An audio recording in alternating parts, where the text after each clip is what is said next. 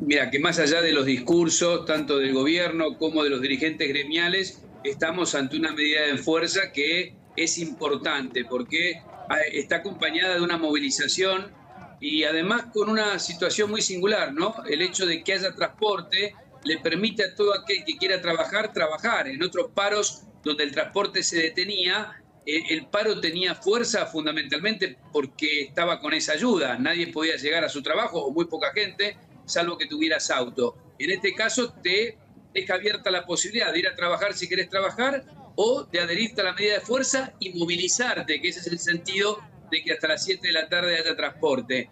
Me parece que a 45 días se pueden sacar varias conclusiones. La primera, y que me parece bien que se saque, es que es un paro de la CGT en tiempo récord después de 4 años de hacer la plancha, de casi no reaccionar a pesar de la situación económica tan gravosa que tuvo la gestión anterior. Hoy lo apuntó Facundo Moyano, por ejemplo. Pero la otra lectura es que aún con estos dirigentes desgastados, cuestionados, el paro y la movilización son muy importantes. Y me parece que esto también hay que leerlo con mucha atención. Producto de que la ley ómnibus y que el decreto de necesidad de urgencia, las dos grandes medidas lanzadas por Javier Milei, afectan a muchos sectores. Si a eso le sumas la devaluación, más allá de la catastrófica herencia recibida, empieza a haber una mirada muy crítica sobre cómo afecta a amplios sectores de la población las primeras medidas económicas de Javier Milei. Sintetizando, me parece que hay una alerta importante en la calle, como ya hubo una alerta en la justicia, algunos planteos para parar algunas medidas, sobre todo la reforma laboral por decreto, y anoche las dificultades del gobierno para aprobar el dictamen de la ley ómnibus, con 170 disidencias de los bloques amigos, hablan a las claras de que va a tener que aceptar limitaciones en la justicia, en la calle y en el Congreso, el gobierno de Javier Milei, que tiene obviamente el gran respaldo popular de las urnas, pero que también tiene que aceptar los límites propios de un sistema democrático. Nos preguntamos a esta hora cómo estará leyendo y cómo leerá el gobierno el final de esta jornada de paro y movilización. Nos preguntábamos recién si tal vez pensaban que iba a asistir menos gente, porque en este momento los que realmente están cortando el tránsito son las fuerzas policiales para aplicar el operativo antipiquete, Rey.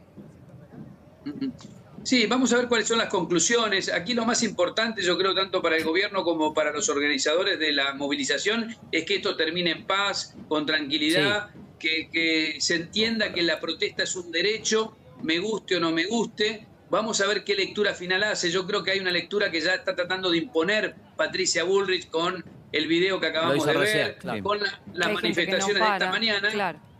Bueno, es justamente eso, mostrar que este es un sector marginal, los delincuentes, como le llama ella, y me parece que sería una lectura muy parcial si solo se queda en esto.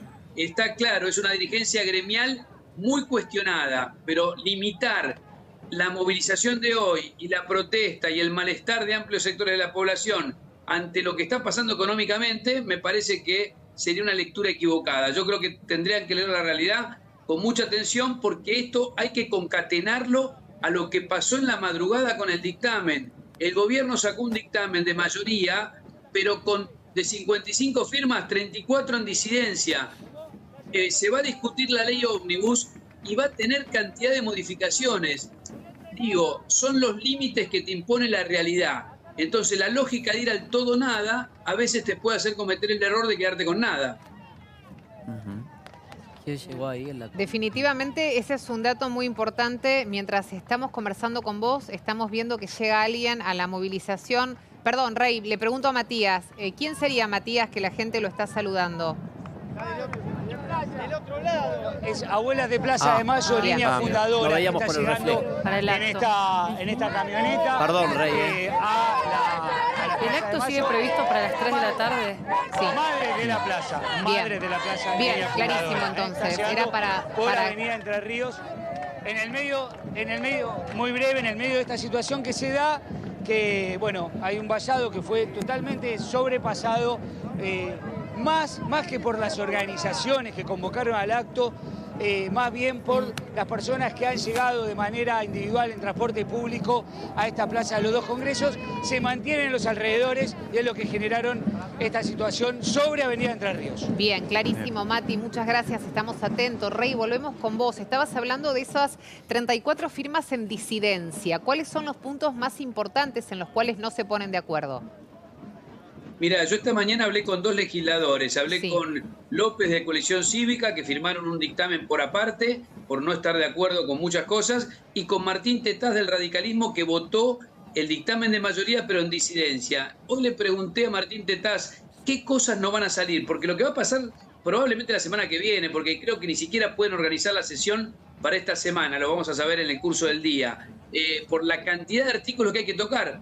Es muy probable que se apruebe la ley en general y después se aprueba artículo por artículo, se discute artículo por artículo. Mira, hoy me decía Tetaz, no avalamos el aumento de retenciones, no avalamos la reforma política, no avalamos los cambios en cultura, no le vamos a dar facultades extraordinarias en 11 áreas, le daremos de 2 a 5, no avalamos la privatización de YPF ni del Banco Nación, atención a ese dato.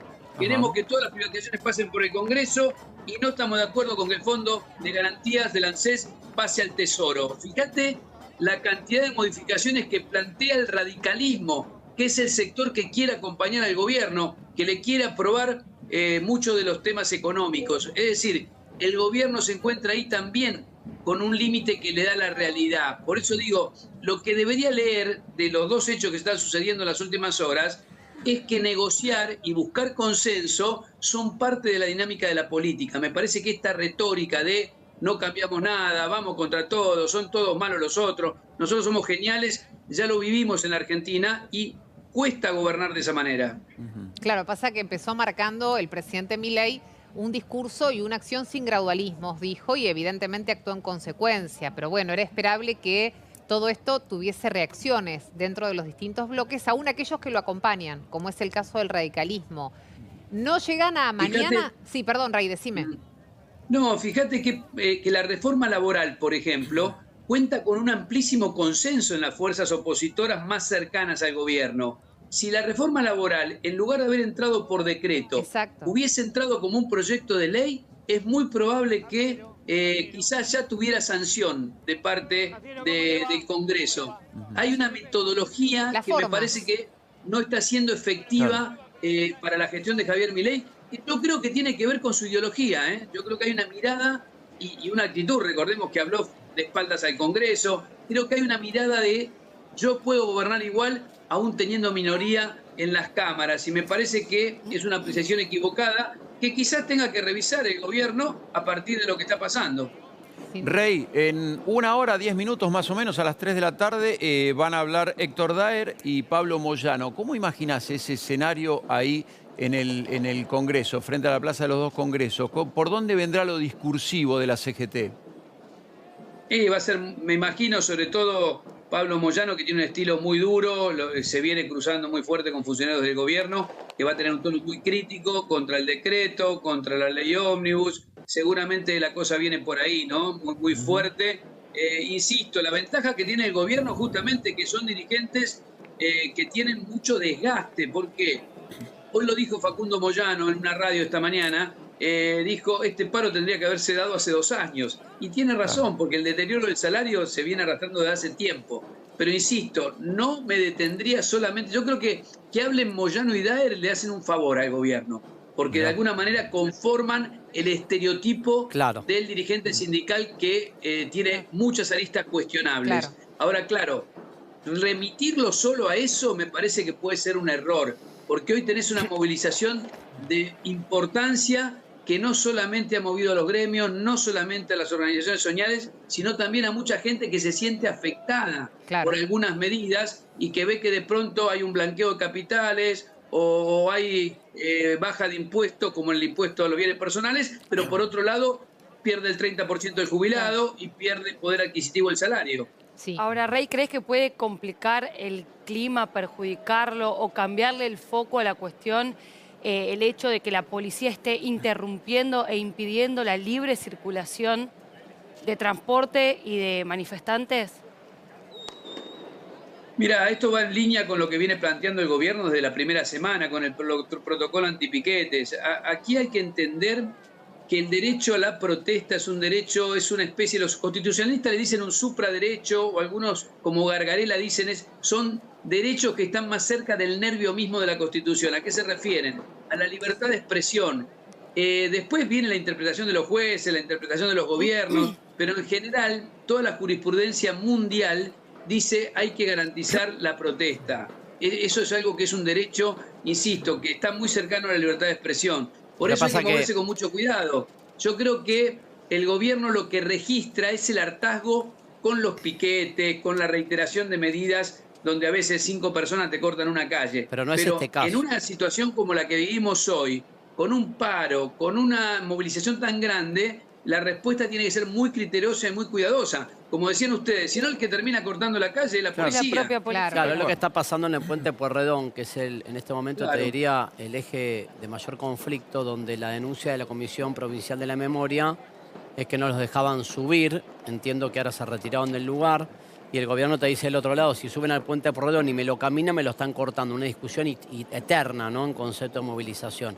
Ese es un escenario, Rey, nos dicen con la motocam que ya aparentemente... ¿Lo liberaron? Ese grupo no, como que tomó otro camino, calculamos para pasar o con micros, que ahí no habría problema. ¿Vos creés, en sintonía con lo que decís, uno imagina, falta mucho todavía para que termine el día, pero uno imagina como dos lecturas antagónicas, ¿no? Hasta ahora uno ya puede hasta vislumbrar cómo vamos a apreciar los discursos de acá a la noche, si tomamos en cuenta la historia que subió Patricia Bullrich, si tomamos en cuenta lo que dicen los sindicatos, vamos a tener dos lecturas abismalmente opuestas, ¿no?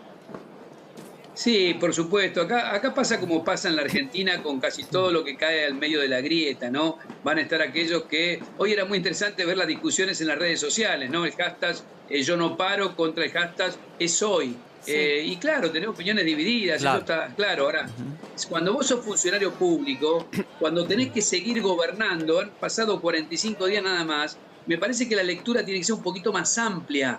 Está claro que no podemos entrar en una dinámica de confrontación permanente. A mí me parece que esa es la lectura que debería hacer el gobierno, no solo de la medida de fuerza de hoy, sino también de lo que pasó en el Congreso, porque, insisto, fue muy significativo.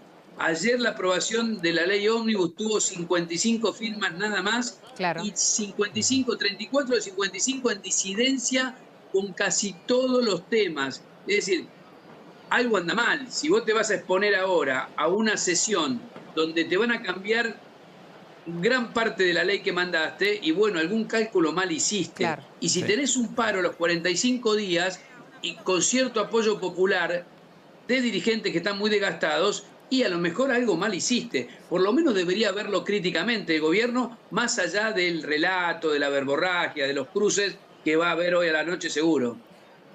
Ya hay libre circulación, perdón, en el puente Pueyrredón, mano hacia la 9 de julio. Bien, claro. Buen dato. Rey, gracias como siempre. Un abrazo. Un abrazo, un gusto. Igualmente, hasta luego.